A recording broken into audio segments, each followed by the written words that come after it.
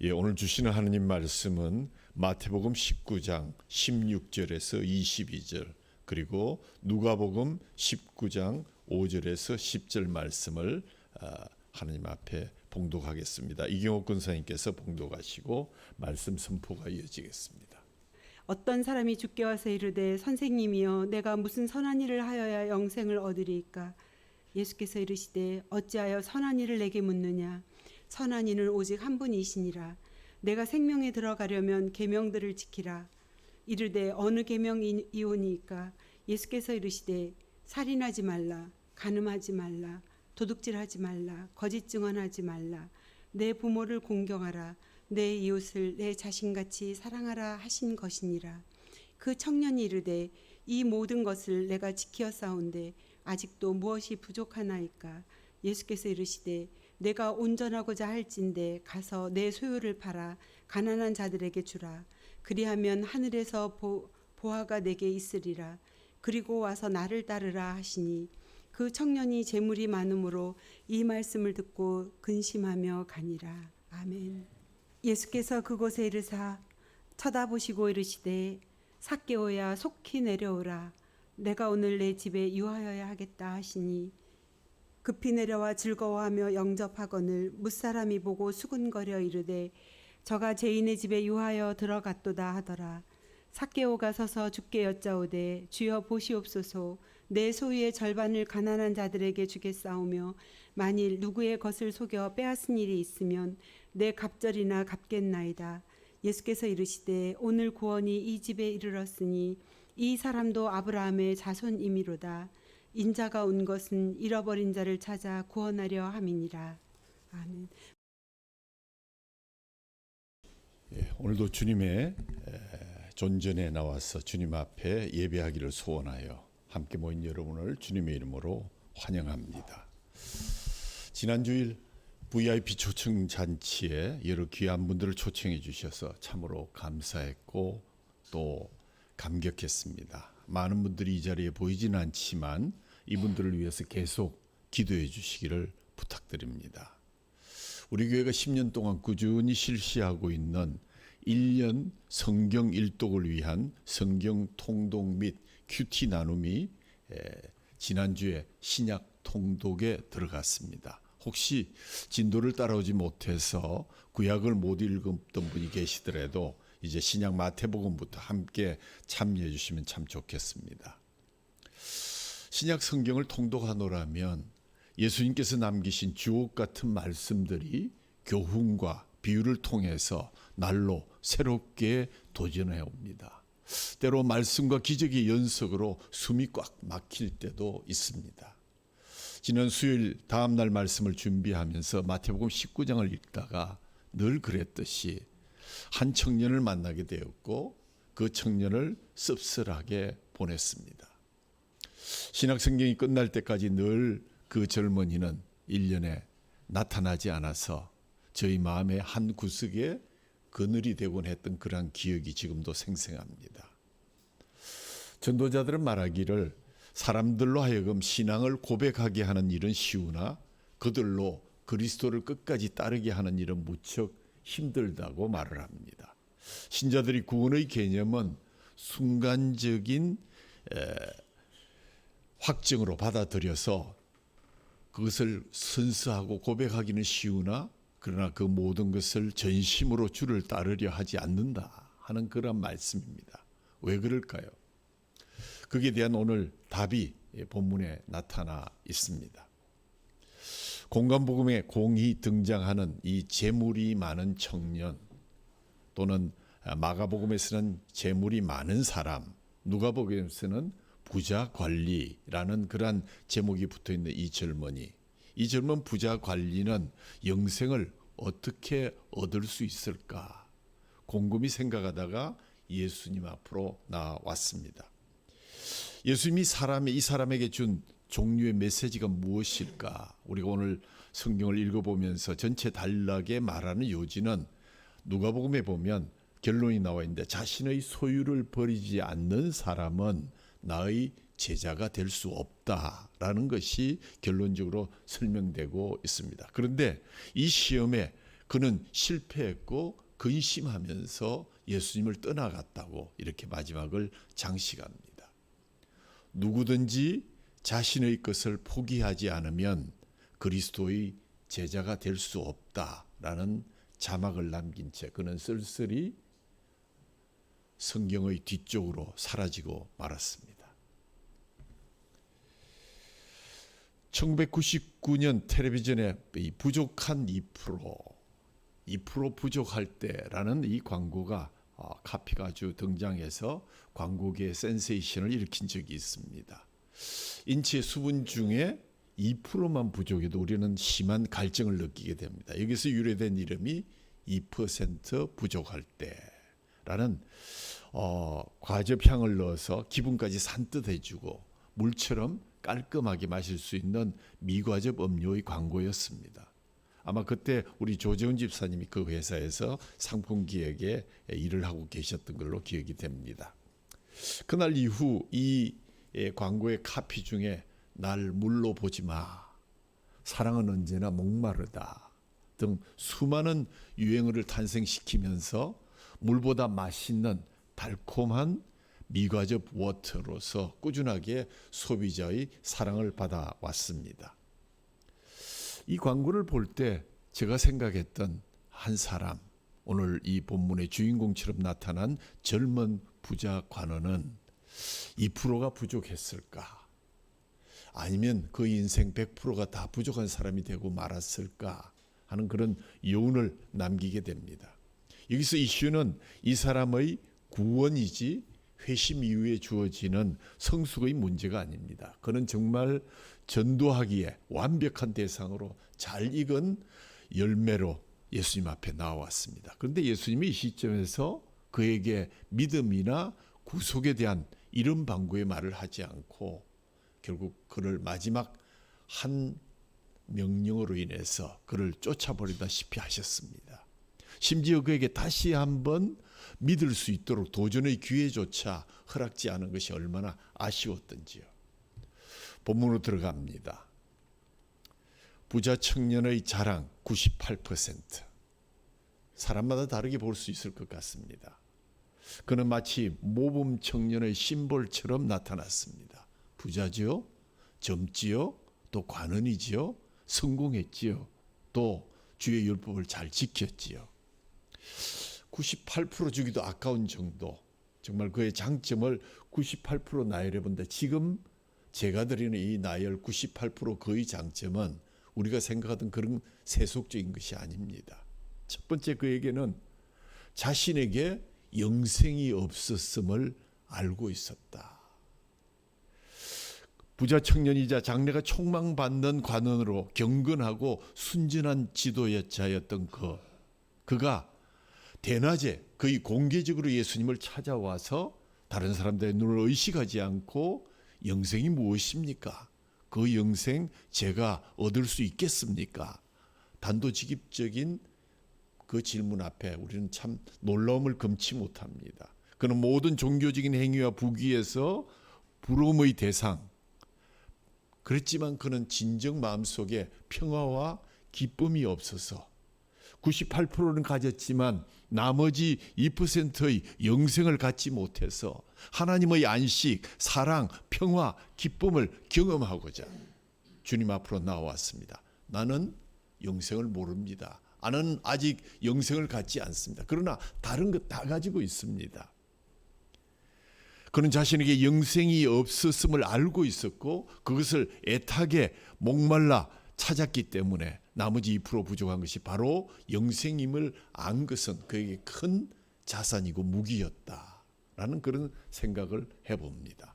두 번째로 그는 그 답을 찾기 위해서 영생이신 예수님을 찾아왔다는 사실입니다. 그는 달려서 예수님 발 앞에 겸손한 모습으로 무릎을 꿇었다고 마가복음 10장에 기록하고 있습니다. 수많은 사람들이 보고 있었지만 이 젊은이는 주변을 개의치 않고 그들 사이를 지나서 달려와 예수님 앞에 무릎을 꿇었습니다.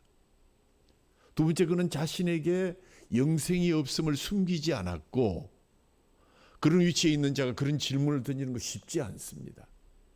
거의 완벽에 가까운 이 청년이 관리가 나는 영생이 없습니다 라고 고백하는 것 얼마나 귀한 자산인지요.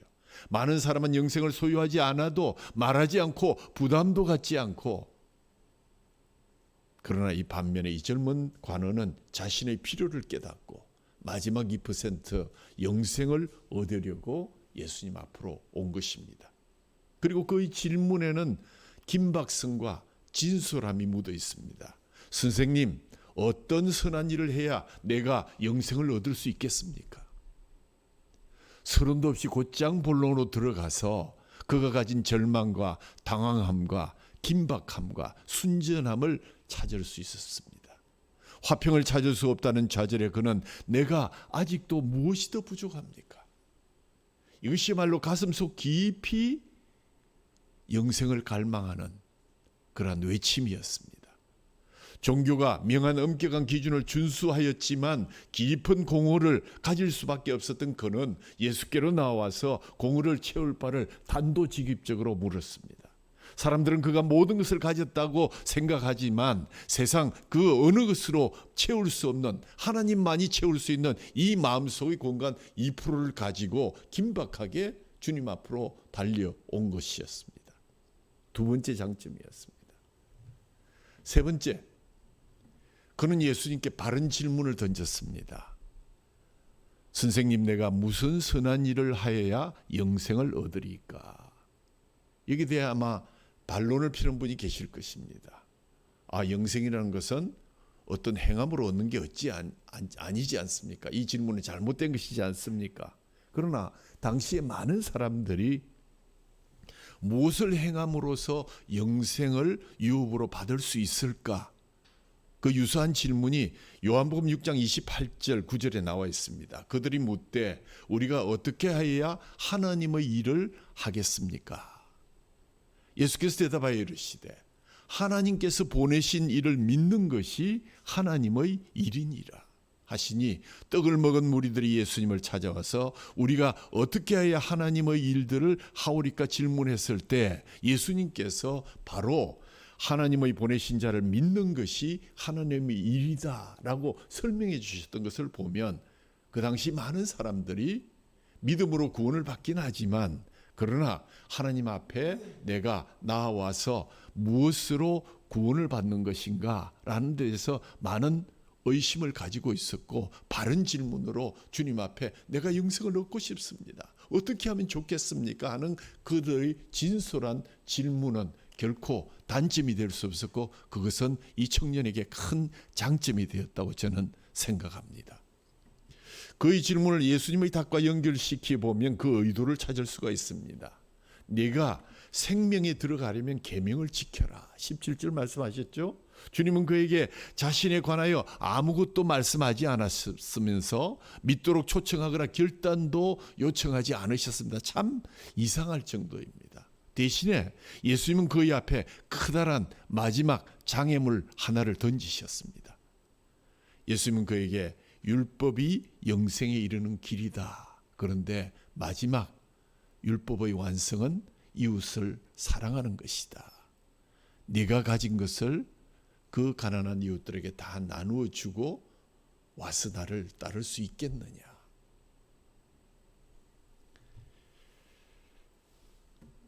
영생을 찾아 예수님을 찾아왔는데 왜 예수님은 그를 쫓아 보내다시피 마지막 그 장애물을 그에게 던졌을까? 그에게 무엇이 부족했고 무엇이 모자랐을까? 겉으로 그에게는 예수님의 주시는 그 영생이 마지막 내가 모자라는 부분이라고 생각했지만 기실 그에게는 진정한 모자람이 있었다는 것입니다. 첫 번째, 그는 자만심으로 가득 차 있었습니다. 그는 자신이 행한 모든 일에도 불구하고 주된 것을 놓치고 있었습니다. 그가 구원을 얻으려는 동기는 자신의 영혼의 메마름을 해결하기 위한 것이었을 뿐입니다. 즉 불안과 좌절을 떨어내고 좀 기쁨과 화평과 소망을 얻으려는 것. 나에게 젊음도 있고 재물도 있고 관원도 있고 정말 안 가진 것이 없는데 마지막 하나 나에게 말라져가는 나의 영혼, 기쁨과 화평과 소망을 갖지 못한 것, 그것 얻고 싶었다. 얼마나 자만의 모습입니까? 그러나 예수님은 그 사람이 자신의 죄악을 보지 않고 계셨음을 알고 있었습니다.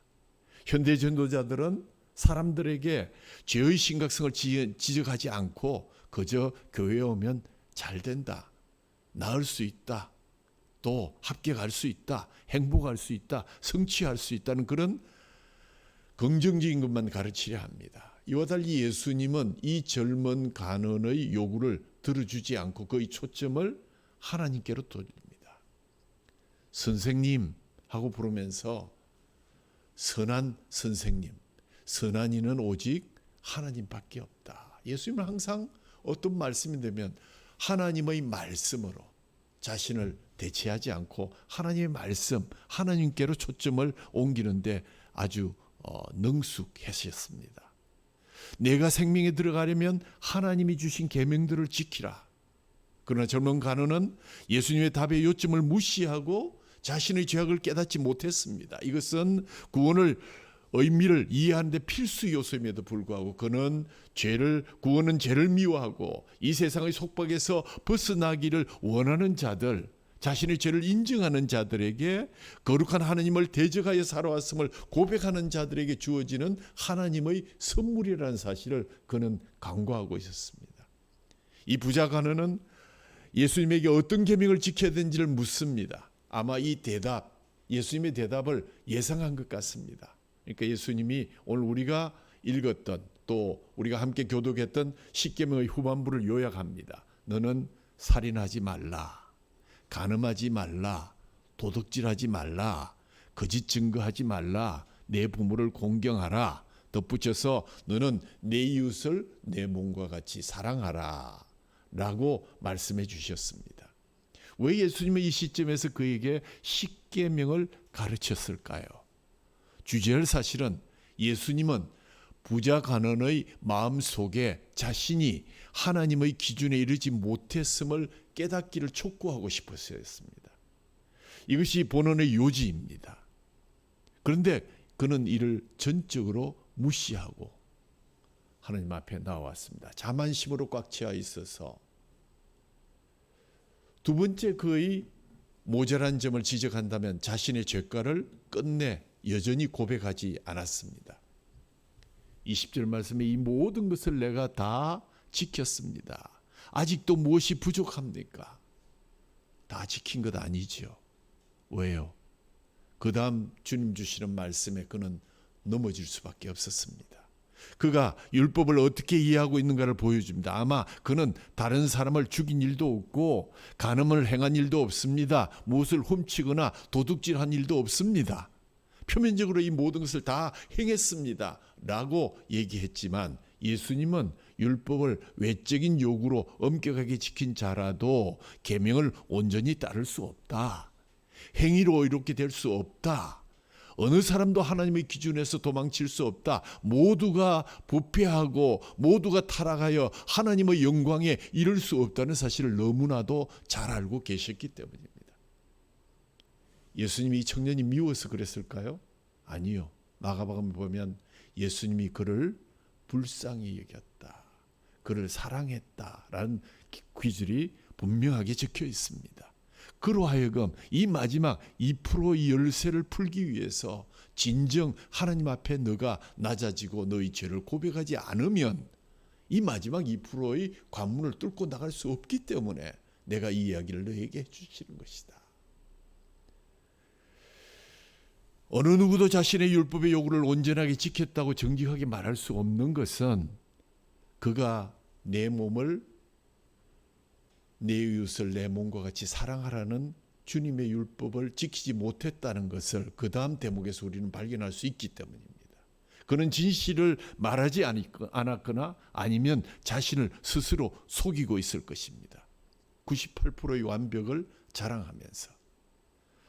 바리새인들은 율법을 외면하는 데 익숙해져 있었습니다. 외적 행위 곧 제의와 행위와 금식과 그런 곳에 신경을 많이 썼지만 내적인 마음을 주님 앞에 드리는 일에는 전혀 문외한이었습니다. 이와 반면에 예수님은 인간의 내면을 보셨습니다. 미워하는 것은 윤리적으로 살인과 동등하다. 탐욕은 가는과 같다. 원수를 미워하는 일은 이웃을 미워하는 것과 같다. 네가 음욕을 품은 그 자체가 간음이다. 내가 남을 미워하는 그것이 살인이다. 라고 말씀하셨습니다. 젊은 관원의 예수의 교훈의 여지를 잘 이해하지 못하고 대담하게 무리들 앞에서 그는 자신이 율법을 잘 지켰다고 주장합니다. 나는 실제로 죄를 지은 적이 없습니다. 남의 것을 훔친 적도 없고요. 내 자신을 돌아보아도 어떤 죄를 십계명을 범한 적이 없습니다. 이것이 무엇입니까? 자신의 의를 믿는 종교는 자신을 속이는 것이요 하나님과 배반되는 종교입니다. 그러면서 그는 자신의 공허를 채워줄 수 있는 또 다른 어떤 것, 그것 빨리 내어놓으라고. 구원은 용서를 위해서 하나님께 나오는 죄인들에게 주어지는 것입니다. 사람이 자신의 죄에 대해서 부끄러움을 깨닫지 못하면 그 구원이 무슨 소용이 있겠습니까?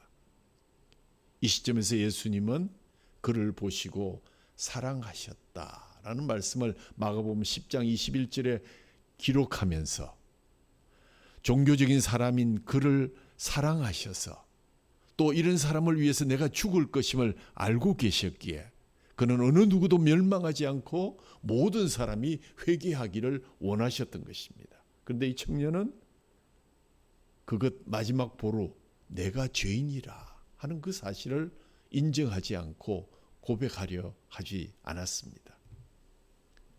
그 결과 그는 예수님께 끝까지 순복하지 못했습니다. 예수님이 율법을 지켰다고 자신하는 그에게 도전하여 궁극적인 시험을 던졌습니다. 내가 온전하고자 할진대 가서 내 소유를 팔아 가난한 자들에게 나누어 주라.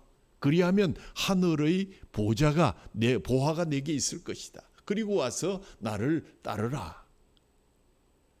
너는 내가 내 이웃을 내 몸과 같이 사랑한다고 말했는데 그렇다면 내가 가진 그 모든 것을 이웃에게 주고 하늘의 보화가 주어지면 그것보다 훨씬 더 많을 텐데 그때 나를 따라오면 어떻겠느냐. 궁극적인 시험 앞에 주님의 명령을 순종할 것인지 주님은 자비로 영생을 살 수 있다고 말하는 것이 아니고 내가 내게 원하는 바를 너는 행할 수 있느냐. 내 삶의 주인은 너인가 내인가 를 묻습니다. 주님은 그의 마음이 있는 곳을 아시고 말씀합니다. 내가 내 삶의 최고의 권위를 갖고 있지 않다면 네게 구원은 없는 것이다. 주님이 이 부자 청년에게 요청한 바는 단 한 가지입니다. 그가 자신의 삶을 주님의 주권에 순복하라는 그러한 요청이었습니다. 그래야만이 진정한 제자가 되고 천국 백성이 될 수 있다는 것을 주님은 부인할 수가 없었기 때문입니다. 성경 어디에도 크리스천이 자신의 재물을 다 팔아서 다른 사람에게 주라고 요청한 적은 한 번도 없습니다. 이것이 어쩌면 처음이자 마지막 요청이었습니다. 주님은 이 사람의 2%의 부족함에 공격을 가합니다. 그 자신의 소유물을 사랑하다 보니 가난한 자들에게 무관심하였고 이를 도전한 것이 바로 주님이십니다. 그의 심령의 가장 부족한 2%가 바로 그 점이었다는 사실을 주님은 너무나 잘 알고 계셨습니다. 우리들도 문자적으로 가진 모든 것을 다 버리고 이단처럼 다 팔고 나서 그 재물 이단에 바치면서 크리스찬이 된 것이 아니지 않습니까? 이 부자 청년이 이 시험에서 넘어지고 실패하고 말았습니다. 그는 예수님을 자신의 삶을 주제로 하는 최종의 자인의 주인임을 인정하려 하지 않았습니다. 그래서 마태복음 19장 22절 마지막 절 젊은 관원이 이를 듣고 근심하며 가버렸다. 왜? 그가 많은 재물을 소유하였기 때문이다. 그가 가졌다던 재물과 건강과 명예 98% 때문에 마지막 2%를 포기함으로 인해서 그는 인생을 100% 실패하고만 그러한 사람이 되고 말았다는 것입니다. 자신의 소유를 포기하면서까지 예수께 올 마음은 없다. 영생 없어도 한번 살아보자. 그는 실제로 영생을 원했지만 죄를 고백하기를 원치 않았고 예수님의 주제권 앞에 순복하려 들지 않았기 때문에 그는 충격적이게도 슬픈 가을에 떠난 한 청년이 되고 말았습니다.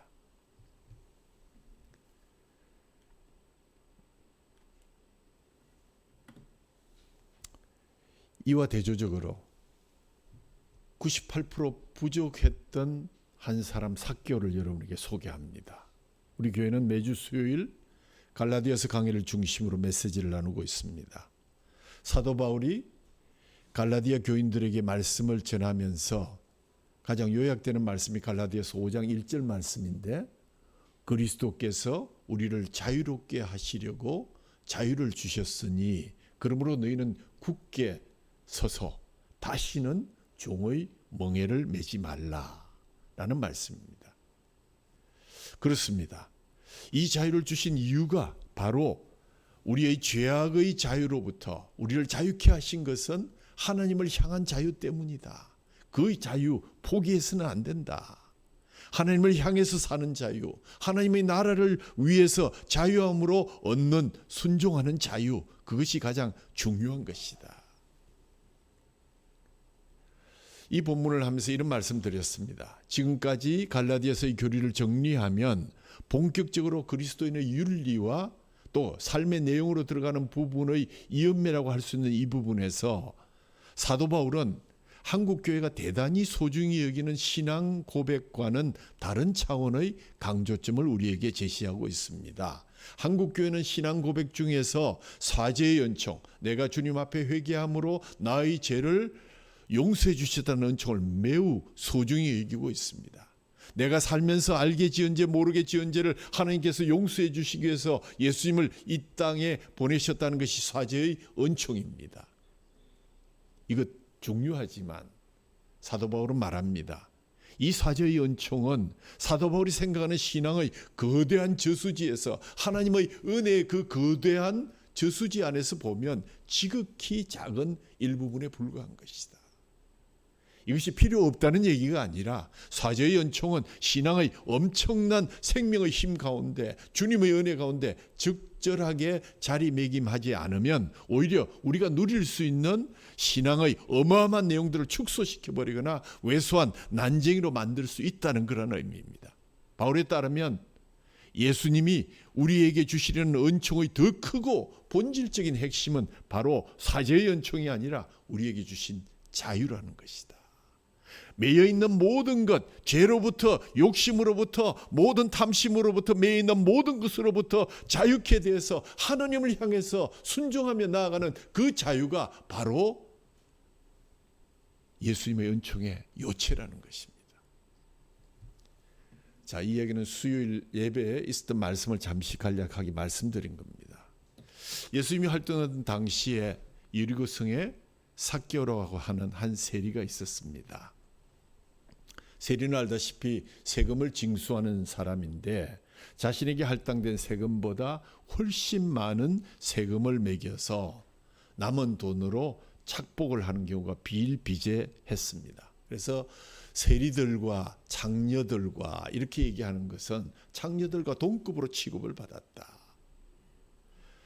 당연히 세리들은 나쁜 인간들로 경멸을 받았고 삭개오는 그런 세리들 중에 우두머리인 세리장이었다면 세리장은 보통 10명 정도의 세리를 거느리고 있는 그러한 노련한 세리입니다. 삭개오는 부자였지만 이러한 이유 때문에 주변에 친구도 없었고 늘 외로운 가운데 살았고 작은 키에 볼품도 없었던 것 같습니다. 당시 기준으로 아마 150cm가 안 되면 작은 키로 보였다고 하는데 삭개오는 사람들로부터 경멸을 받았고 외모도 볼품이 없어서 스스로 나는 하나님의 구원에서는 제외된 존재다라고 포기하며 살았습니다. 그저 돈이라도 모아서 살아가야겠다. 요새 생각하면 돈이 있으면 다 할 수 있는데 이렇게 생각하지만 돈만을 가지고 움켜잡고 이렇게 외롭게 살아가는 삭개오는 그저 2%밖에 없고 98%가 부족했던 그런 사람이 아니었을까. 앞의 부자 청년과 너무나 대조적인 위치에 있었다. 그런 청년도 아니었고 아마 인생의 은퇴의 시기를 앞둔 그러한 세리였을 것입니다. 기적을 행하는 선지자인데 과연 어떤 분이, 예수라는 분이 누구신지 한번 나가볼까? 뒤늦게 나갔더니 이미 길거리에 사람들이 꽉 차서 예수님을 볼 수 있는 위치가 안 되고 키도 작지요. 그러니까 결국 돌무화과 나무 위로 올라갔는데 지나가시던 예수님께서 어떻게 이름을 알겠습니까? 보시면서 삭개오야, 속히 내려오라. 내가 오늘 너희 집에 유하여야겠다. 이 말씀을 들은 삭개오는 신이 나서 예수님을 자기 집으로 모셨습니다. 그 모습을 보던 사람들이 악한 죄인과 교제하는 예수님이다. 근데 예수님 아랑곳하지 않고 삭개오와 함께 삭개오의 집으로 들어갔습니다.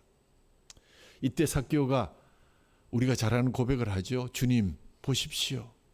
내 소유의 절반을 가난한 자들에게 주겠으며 만일 누구의 것을 속여서 빼앗은 것이 있다면 내 값절을 갚겠습니다. 삭개오에게 무슨 일이 일어난 것일까요? 그 이남에 어떤 변화가 일어났기 때문에 돈에 매달려서 그 2%의 목숨을 걸고 살던 사람이 그 마지막 2%를 다 내어놓겠다고 자발적으로 얘기하는 것일까요? 사람들은 삭개오의 것만 보고 얘기합니다. 그는 나쁜 매국노다. 로마의 식민으로 사느라 힘든 우리에게 가혹한 세금을 먹인 철면피다. 죽어도 싼 놈이다. 삭개오가 왜 그렇게 돈에 집착하는지 대해서 관심을 갖지 않지요. 하지만 예수님은 그 행위 속에 숨어있는 동기를, 그 사람의 내면을 너무너무 잘 아십니다. 왜냐하면 그분은 창조주시고 삭개오도 만드신 분이시기 때문입니다. 한 사람의 행위가 비도덕적으로 비상식적으로 보였더라도 그가 그렇게밖에 할 수 없었던 그 가련한 동기를 보시고 하나님은 거기 2%에 초점을 맞추시는 분이십니다. 그러므로 내가 지금 세상에서 98%를 가지고 있다고 자랑할 것 아니요. 내가 2%밖에 없다고 해서 내가 내 자신을 폄훼할 수도 없는 일입니다. 하나님이 어떻게 보시느냐 하는 것이 중요합니다. 아마도 예수님은 삭개오를 보면서 살려고 저렇게 아둥바둥하는구나. 사람들이 인정을 해주지 않고 스스로 보잘것없어 보이니까 살기 위해서 돈이라도 악착같이 모아야 되겠다고 생각을 했겠구나. 그래야 업신여김을 받지 않겠지. 삭개오의 숨은 마음을 긍휼히 여기신 예수님. 나이 드신 어른들이 농담 반 진담만 하시는 말씀이 있는데 죽기 전에 절대로 자식들에게 유산을 미리 물려주면 안 된다. 왜? 유산을 물려주면 그날부터 자식들로부터 찬밥 신세를 면할 수가 없다. 제 얘기가 아니고 나이 드신 어른들의 얘기입니다. 사람이 아는 이치는 예나 지금이나 다르지 않아서 2000년 전 삭개오가 돈만을 집착하며 산 것도 그런 이유 때문이지 않았을까라는 그러한 동정의 묵상도 해보았습니다.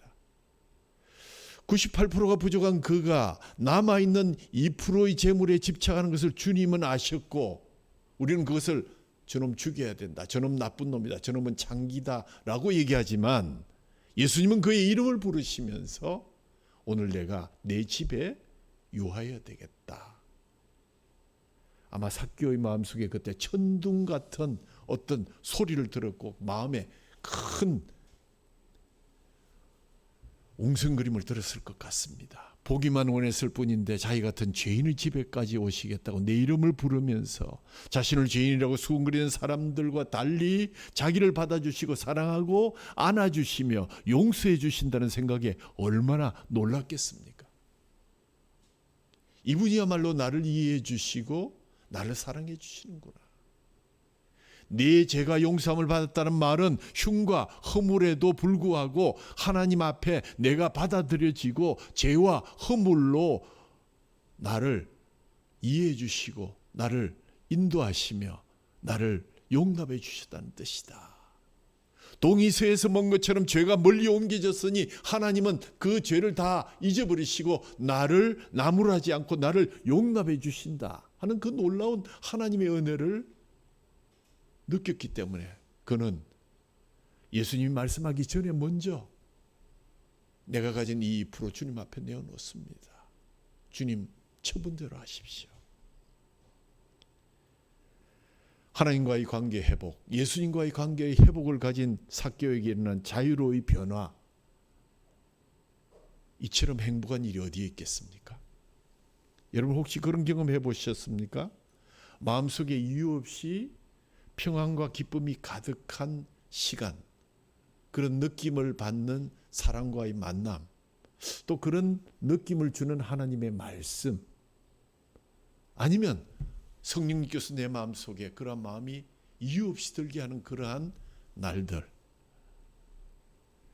그 앞에서 나는 더 이상 긴장할 필요가 없고요, 그저 자유한 가운데서 나 자신 있는 그대로 2%로 만나면 되는 그러한 시간을 여러분 만나보신 적이 있으십니까?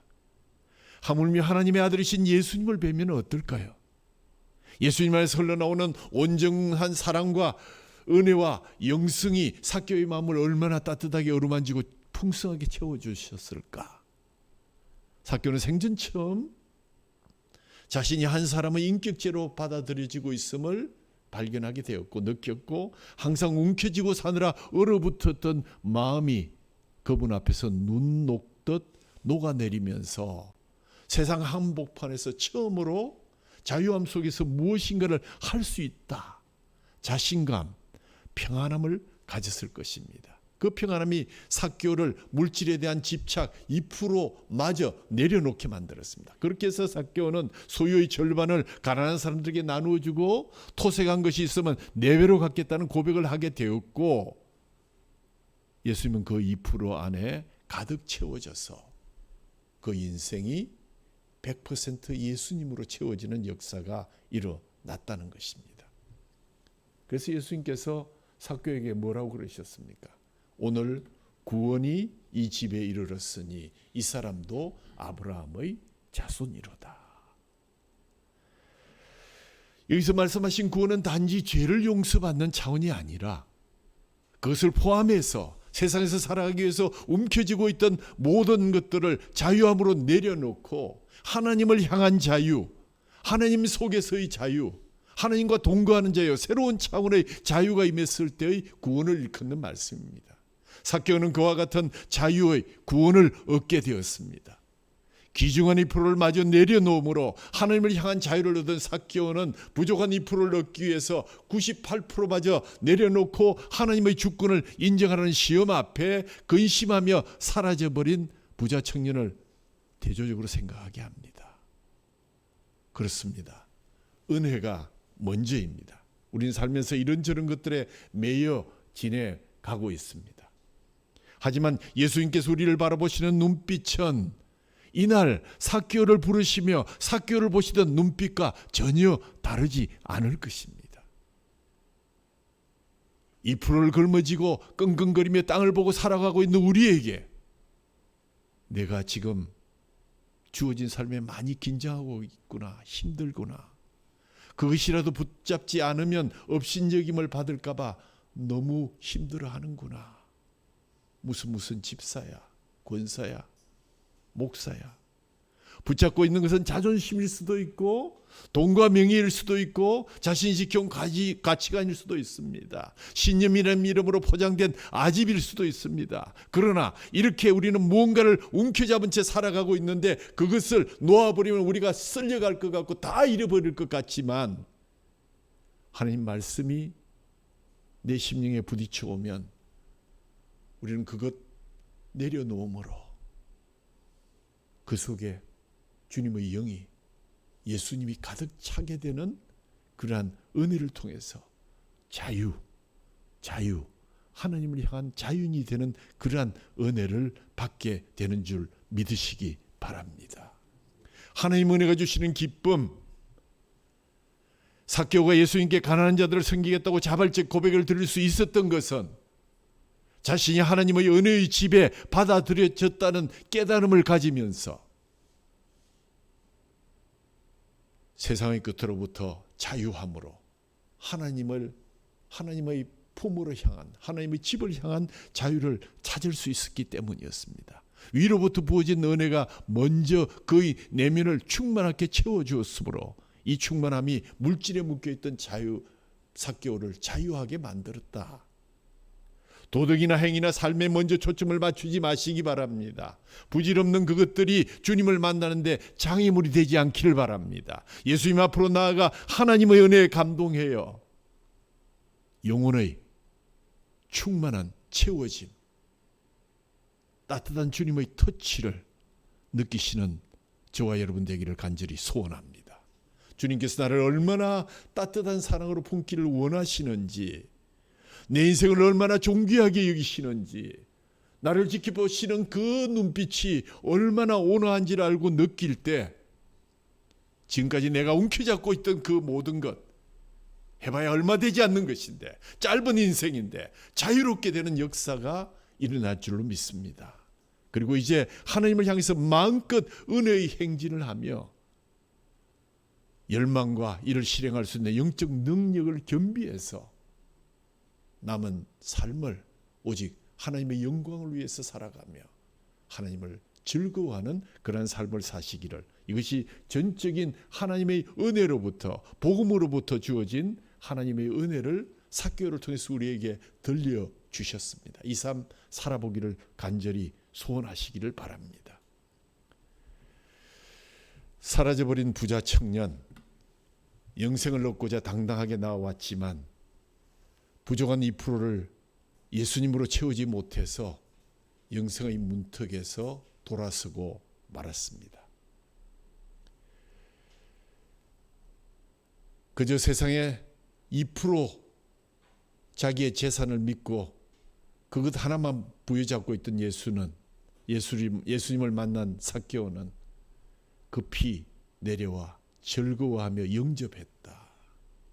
자신의 죄를 회개하고 무엇이든지 모든 것을 팔아서라도 예수님을 모시려 했고, 삭개오가 서서 주께 여짜오되 주여 보시옵소서, 내 소유의 절반을 가난한 자들에게 주겠사오며 만일 이것을 토색한 일이 있으면 4배나 갚겠나이다. 그가 주님을 뭐라 불렀습니까? 예수님을 주님이라고 불렀습니다. 98%를 가졌던 그 청년의 입에서 예수님을 보고 주님이라고 부른 적은 찾을 수가 없습니다. 극적으로 변화된 인간의 모습, 새롭게 구원을 받은 사람의 전형적인 반응, 구원받음에 대한 축복의 열매, 새롭게 거듭난 신자들의 마음은 순복하려는 마음이 생기는 것입니다. 오늘 구원이 이 집에 임하였도다. 이 사람도 아브라함의 자손이미로다. 믿음으로 말미암은 자들이 아브라함의 아들입니다. 구원은 삭개오가 돈을 가난한 자로 샀기 때문에, 또는 주었기 때문에, 사랑을 베풀었기 때문에 주님이 찾아오셔서 이루어진 것이 아닙니다. 그의 행위 이전에 주님은 그를 지명하셨고, 그는 마음을 열어 나머지 98%를 주님을 받아들인 일에 기꺼이 2%를 내어놓았고, 그래서 100% 그는 새로운 피조물이 되었습니다. 누구든지 그리스도 안에 있으면 그는 새 피조물이다. 이전 것은 지나갔으니 보라 새 것이 되었도다.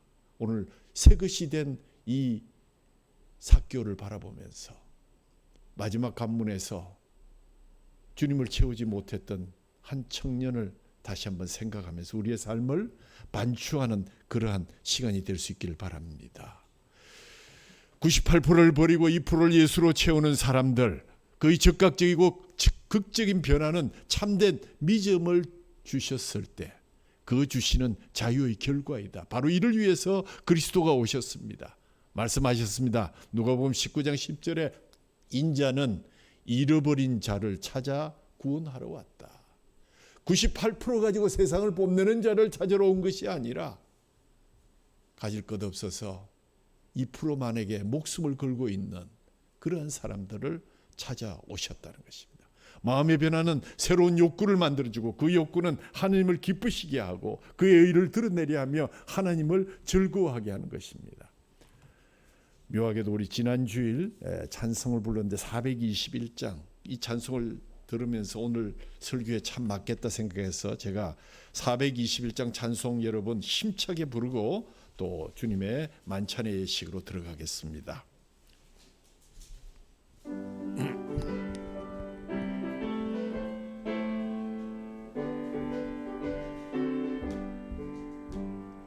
내가 예수 믿고서 저사함 받아 나의 모든 것 다 변했네. 지금 내가 가는 길 천국 길이요 주의 피로 내 죄가 씻겼네. 아멘. 나의 모든 것 변하고 그 피로 구속 받았네.